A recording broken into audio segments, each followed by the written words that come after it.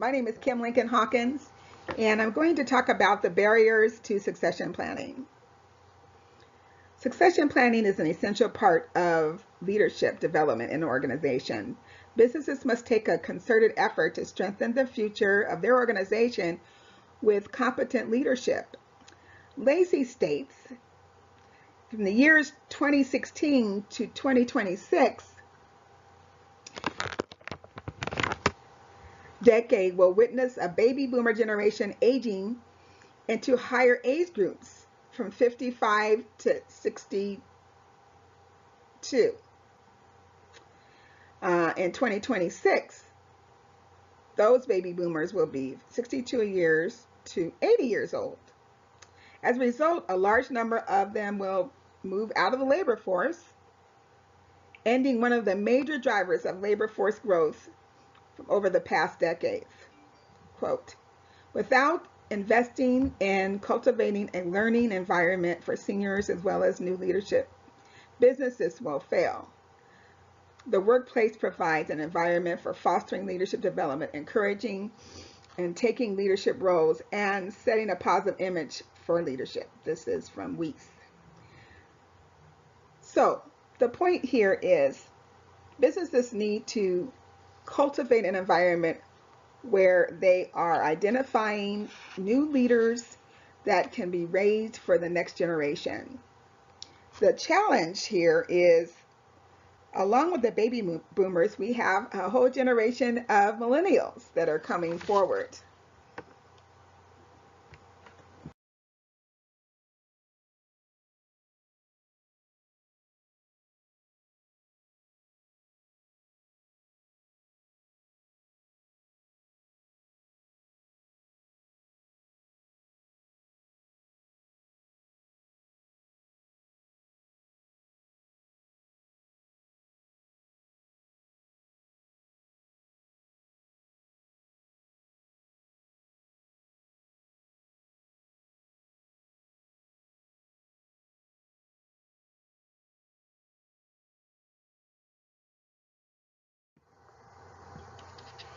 So, in regards to the millennials, of course, they have a different style.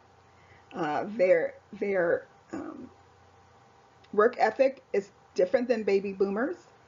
And so an organization has to create a strategic plan so they're able to embrace the millennials and also establish a relationship between the baby boomers and the millennials in order to advance the organization. With that said,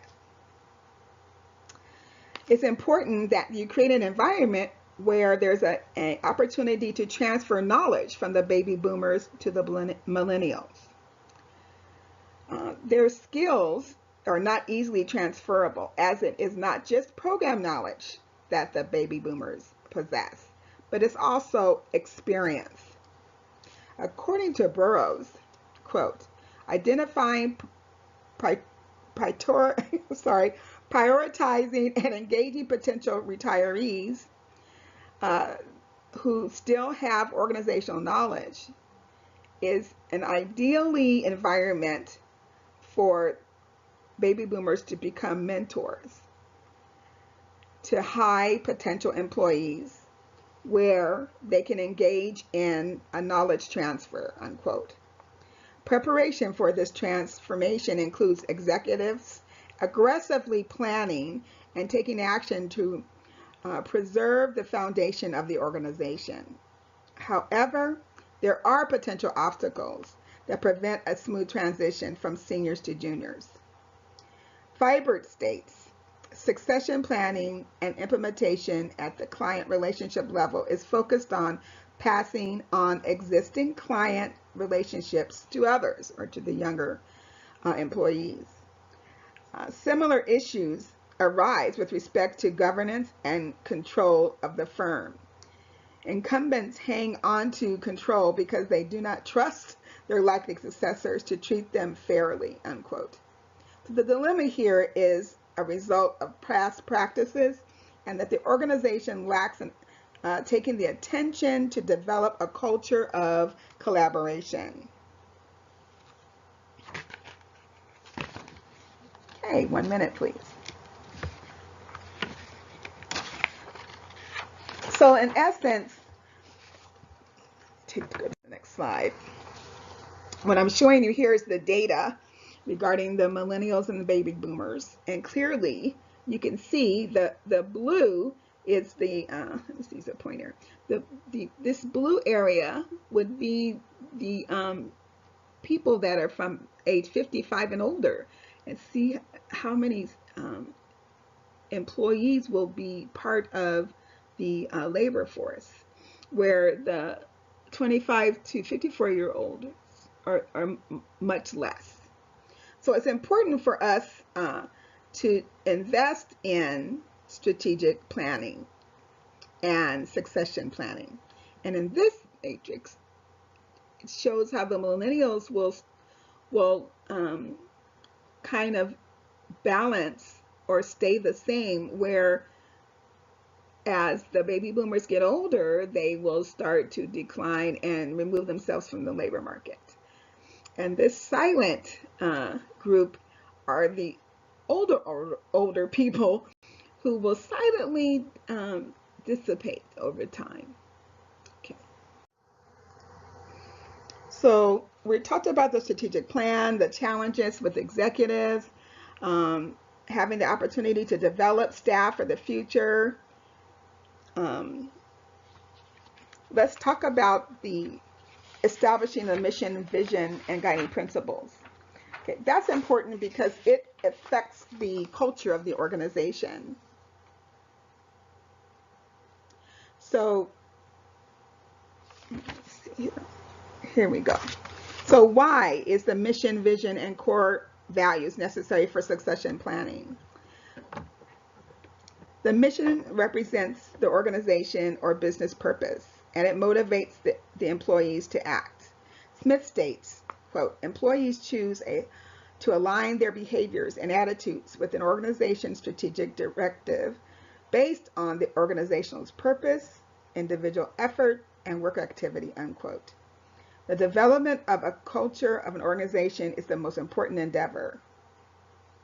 So that is where you want to focus your efforts, is developing, not only developing the mission and vision and guiding principles, but to practice them. It has to be part of your behavior.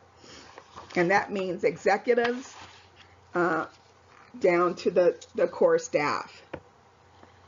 With that said, once the culture is created where it's collaborative and sharing and open, and there's no fear, then naturally you can implement your strategic plan for succession planning, which would include mentoring, job sharing, or job shadowing, and training. And because the organization has established a solid foundation with a humanistic environment to raise and cultivate relationships between the baby boomers and the millennials, then naturally it will be an open environment where the baby boomers will feel comfortable to share and elaborate their experiences with the millennials, and the millennials will be open to accept this direction. Okay, so my research, in my literature review, I identified several different articles that addressed the challenges with strategic planning and succession planning, and some of the win-win situations. And in most of all the articles, there was always a clear step-by-step instruction on how to cultivate the kind of environment where you would have succession planning. But the biggest challenge is to establish the culture. Otherwise, it's just words on a piece of paper. What I suggest is for a methodology for furthering this project is to probably do surveys from private and public organizations that have mentoring programs in place.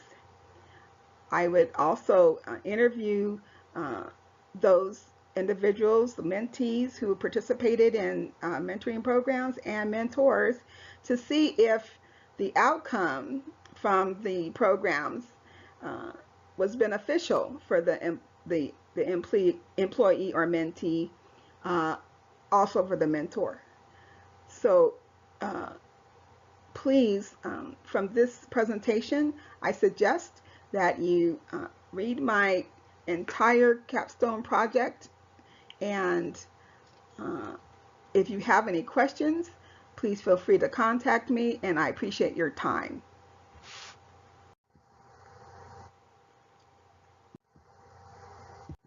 Thank you very much.